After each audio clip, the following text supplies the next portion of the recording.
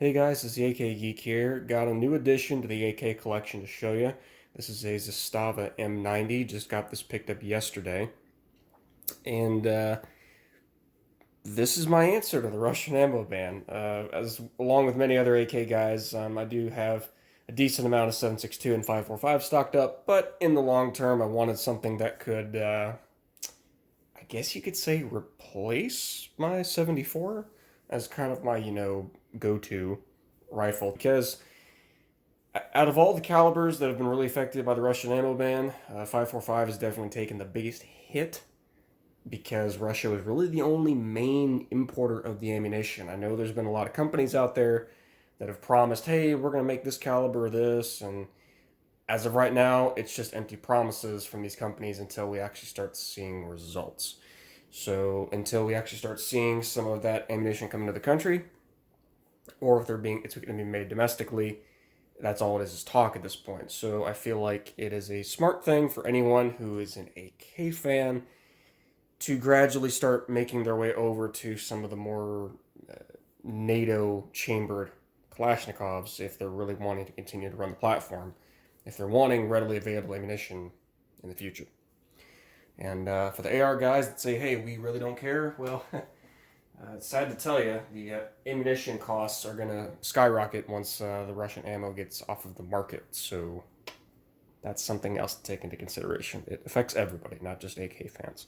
So why the M90 specifically? Well, I wanted the M90 because out of all the options that were available, this has the most aftermarket support. It takes the widest variety of 5.56 AK mags, because as you guys know, as opposed to 7.62 and 5.45 chambered AKs, the 5.56 AKs do not have a standard magazine type, so there's been a variety of different countries, Poland, Serbia, Romania, China, Israel, a bunch of different countries independently producing 5.56 AKs independently of one another, and the magazines don't always interchange. But from all the testing and things that I have seen, the M90 seems to be the most compatible with uh, the widest variety. So from what I've seen, it can take the Bulgarian mags, it can take the Polish mags, obviously take the Zastava mags. Some can even take Galil mags, but one of the more common things I've seen is guys are getting AC Unity 5.56 mags. So that's kind of neat. So I have changed two things on this rifle since I've got it, and we'll cover that in a second. But we're going to go over what the rifle comes with in the box, the default features of it, and then I'll discuss some of my plans for the rifle and what I plan to do with it in the future. To start off at the rear here, the rifle ships from the factory with a Zhukov stock. This is all black version of it. I'm sure if you wanted to swap this out to a different color, I know Magpul offers it. Nice thing about the Magpul is you have a variety of different sling mounting options. One right here, one right here, one right here. There's also cheek risers available if you so choose. Nice thing about the Zhukov stock is that it is length of pull adjustable. I tend to I prefer to kind of run it kind of in the first notch right there. That's a good length for me. And so it's adjustable for length of pull. And it is also, if I can press the button right, folds over on the side, which is awesome. I'm a big fan of folding stocks on AKs. I like folding stocks in general on rifles. I think those are pretty neat. There's no real locking mechanism. It just kind of hugs the receiver pretty tight, least off tension. And to just release it, you just open her up like that, and it'll snap back into place. One thing to note, since we are already here, even if you have an extended safety like I have on mine, the folding stock does not interfere with that. It sits nice and flush with a lot of tension, and it's not going to interfere with that extended safety either, which is pretty cool. And yes, because it does not interfere with the charging handle, you can, of course, fire this folded, although we don't typically recommend that because you're not really going to be able to hit anything. Cool stock. Comes with a Magpul pistol grip. I have one of these on my AK-74. I don't really have any plans on swapping that out. It's a pretty good pistol grip, all things considered. My camera does not want to focus for some odd reason, but that's fine. Good pistol grip, no issues there. It does come with a storage compartment here on the bottom if you have store batteries for optics or things of that sort. Pretty nice. The safety on here works awesome. I like the extended safeties on AKs, and it just makes a world of difference when running an AK. It really does. It makes it run so much faster, and honestly, in my personal opinion, this is just as fast, if not faster, than AR safety. That's just my opinion from using it. These do also ship with a M91 style magazine. There were some issues with these mags when they first hit the market, mainly because, well, the original generation, from what I have heard and done research on, did not have any steel reinforcements. That was like the Gen 2s.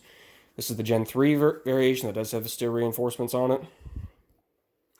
There was a bad batch of these that came in, I believe last year or the year before, that a lot of guys were having issues with these mags. I've not run any run any ammunition through this magazine yet, but from what I've been able to tell, Zastava seems to have gotten those magazine issues worked out. And these do lock open on the last round. Pretty neat.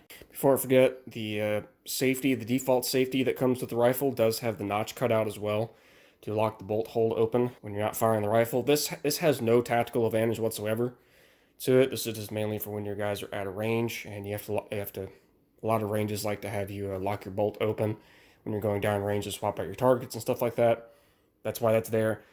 I personally, Krebs, if you ever by chance watch this video, if you could make a version of this that does not have the notch cut out, I would be very happy to buy that, because this is not just a safety, this also serves as a dust cover, and it does kind of defeat the purpose of having.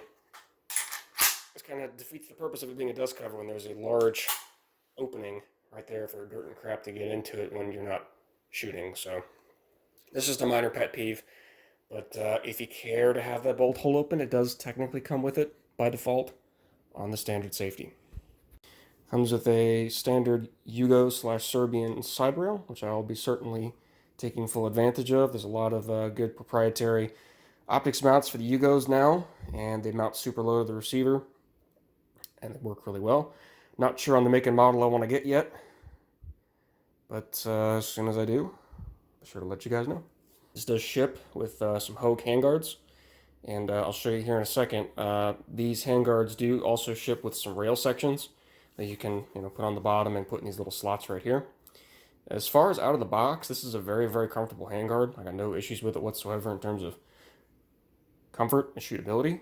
However, I'm probably going to be swapping these out in the future, because I do want to mod this rifle out to kind of fit my needs, and I think every rifle that you have that you want to use for any sort of tactical stuff should have a weapon light on it, and these handguards don't really serve that purpose. Yes, you can put rail sections on here, but the problem is, especially on this M90, because this has an 18.25-inch barrel, which is longer than a standard AK barrel, you want to mount the flashlight as far out on the gun as you can, especially on AKs, because with an AK, you have your front sight post all the way at the end of the muzzle, and when you have your flashlight mounted here and it's activated, there is going to be a bit of a shadow coming off of that front sight.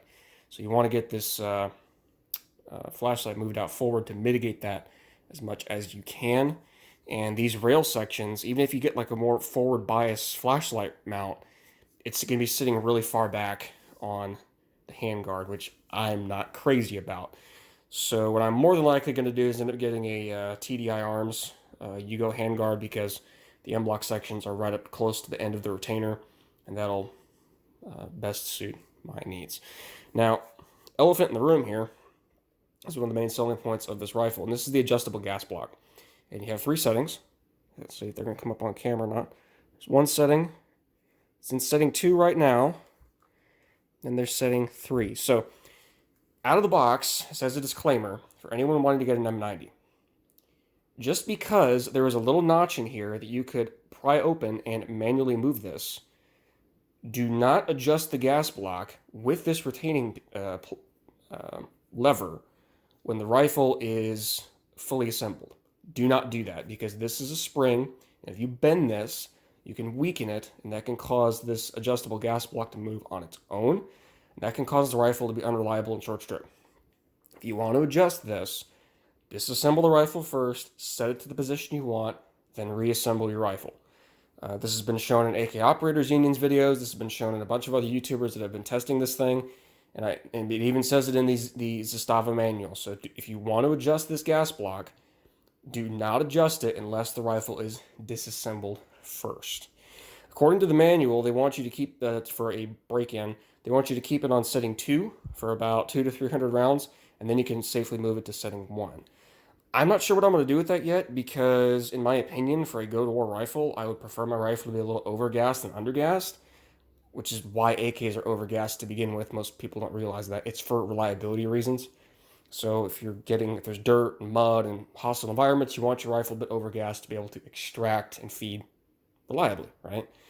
So I'm going to see how the rifle breaks in over time because I may just keep this on setting 2. I have heard that setting 1 can be used for a suppressor, but I obviously do not have a suppressor right now. But that's kind of the plans I have with the gas settings. I don't really ever see a reason for me to have this on gas setting 3, but who knows? We'll see how it goes in the future. Standard Yugo sling mount there on the side. One of the neat features is that this does come with a cleaning rod, which, from what I've been able to tell, this is not like the sectional cleaning rods that people have been getting.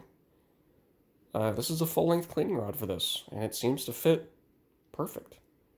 I think that's something that Zastava is doing nowadays, and they weren't doing it previously, which is kind of cool, the fact that you're getting a cleaning rod straight out of the box. There was a lot of companies, like PSA, that weren't issuing cleaning rods with their rifles originally. So it's neat that you get that. Standard Yugo AK style front post. Nothing too fancy there. One thing I have noticed is that front sight is a lot thinner than a standard AK front sight post. Which I don't really have any strong opinions about either way. It's just an interesting thing to note. I think some people prefer it for accuracy, but we'll see. The muzzle device that we have here on this is not what you get out of the box. From what you get out of the box is a standard slant brake like you'd see on an AKM or an M90. I apologize if my camera's not focusing on this properly. But I did not like the look of the slant brake on a 5.56 AK. I don't think that is appropriate. So this is actually a JMac Romanian brake that they're selling at Atlantic Firearms. They got a special deal going on with them. And this is the closest looking flash hider on the market for the AK, the Yugos, that seem to mimic the original M95As that were coming into the country a long time ago.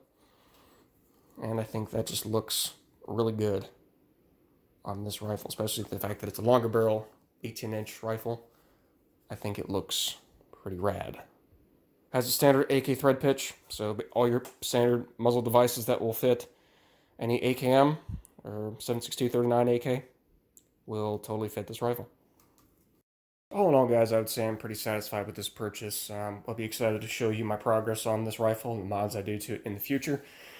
I do say this, that the age of the 5.56 AK has definitely arrived in the United States. For a long time, 5.56 AKs were kind of a meme within the AK community, because guys are like, why would I get the stupid NATO caliber and I can get all the original Combat calibers? And I was one of those people that had the same type of thought process.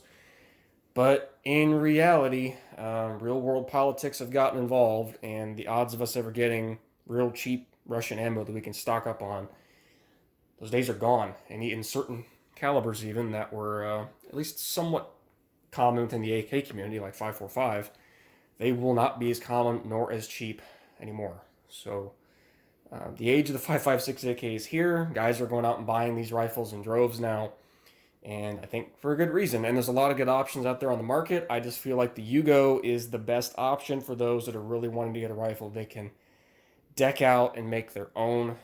Again, it does come with a lot of cool features. Like it has the RPK receiver, it's got a thicker barrel, adjustable gas system. You're getting a folding, collapsing stock right out of the factory. You're getting both a trigger pin retaining plate and a cleaning rod, which on my other AKs that I have, I had to go out and buy those separate. Those come straight from the factory. As an AK fan, I appreciate that. And there's a lot of aftermarket for the Yugo AKs out there, and there's a lot of magazines that are available currently for 5.56 AKs that seem to be pretty cross compatible. You know, the barrel mags, the Bulgarian mags, the AC Unity mags, they all seem to be very compatible with this rifle in particular. And all in all, guys, it's a really good package. I'll be excited to show you more about it in the future. If you have any questions or concerns or comments, your experience on this rifle, please let me know in the comments. And that's all I got. This has been the AK Geek signing out, and hope you all have a fantastic day.